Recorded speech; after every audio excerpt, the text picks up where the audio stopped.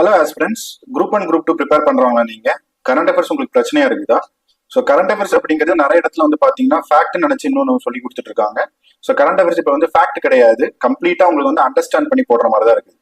நீங்க இப்ப சமீபத்தில் நடந்த குரூப் 1 குரூப் 2 பிலிம்ஸ் எக்ஸாம் பார்த்தாலே உங்களுக்கு தெரியும். அரசாங்கத்தோட டைரக்டா இருக்கக்கூடிய டாக்குமெண்ட்ஸ், ப்ரோக்ராம்ஸ், ஸ்கீம்ஸ் தான் கேட்கறாங்க. தமிழ்நாடு கவர்மெண்ட்டை பொறுத்த வரைக்கும் தமிழ்நாடு அரசாங்கத்தோட பாலிசி ஸ்கீம்ஸ் வருது.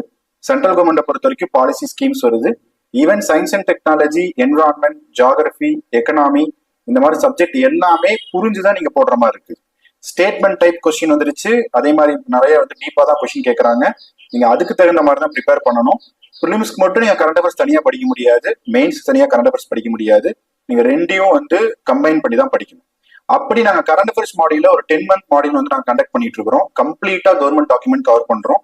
ஸோ மந்த்லி வந்து 2 செஷனா உங்களுக்கு கொடுத்துட்டு இருக்கிறோம். குரூப் 1 டார்கெட் பண்ணி 10 month current affairs, group 2 target பண்ணி ஒரு 10 மந்த் கரண்ட் அஃபேர்ஸை கம்ப்ளீட்டா கொடுக்குறோம். நீங்க அதை அட்டன் பண்றதுனால ப்ரிலிம்ஸ்க்கு மட்டும் கிடையாது, நீங்க மெயின்ஸும் நல்லா வந்து பெர்ஃபார்ம் பண்ண முடியும். ஸோ அதுக்கான டெமோ கிளாஸஸ் யூடியூப்ல இருக்கு, நீங்க அதை வந்து பார்த்துட்டு you can join now. Thank you.